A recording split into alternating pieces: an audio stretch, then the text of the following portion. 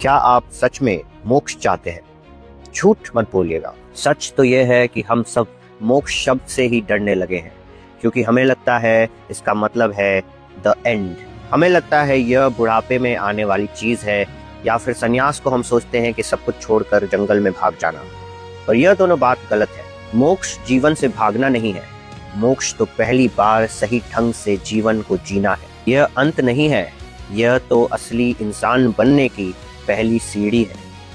हाँ, मौत होती है, पर आपकी नहीं, उस मैं की मौत होती है जो आपको जिंदगी भर सताता रहता है। लोग अक्सर यह सोचते हैं कि मोक्ष पाने के लिए या सन्यासी बनने के लिए हमें काम काज छोड़ना पड़ेगा, पर यह भी गलत है। राजा जनक को देखिए, वो महल में रहकर राज्य चलाते हुए भी विधेय मुक्त थे। महादेव शिव शंकर से कुछ सीखिए, वो आदि योगी होकर भी गृहस्थ है।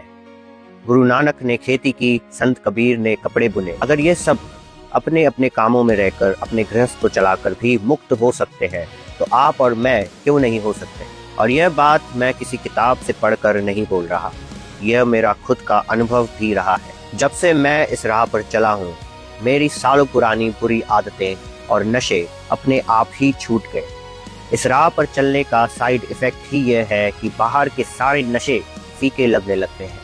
जीवन के परम आनंद का एहसास हल्के हल्के होने लगता है। हाँ, ये बात है कि खुद में परिवर्तन लाना होता है, इसलिए हम लोग इस चीजों से डरते हैं, खुद को बदलने से डरते हैं। पर जीवन का एकमात्र सच जो है वो यही है कि सब कुछ बदलता है। अगर आप इस रास्ते पर नहीं चल रहे, तो आप इंसान होने का सबसे बड़ा मौका गंवा रहे हैं, क्योंकि 64 लाख जीवों में से भी ज्यादा जीवों में सिर्फ इंसान के पास ही ये क्षमता है जो इस परम आनंद को संभाल सके। यह शरीर सिर्फ खाने और कमाने के लिए नहीं, उस अनंत को छूने के लिए मिला है। इस मौके को ऐसे ही मत जाने दीजिए। जीवन के सारे दुखों से मुक्ति ही संन्यास है। इससे भागना बंद कीजिए।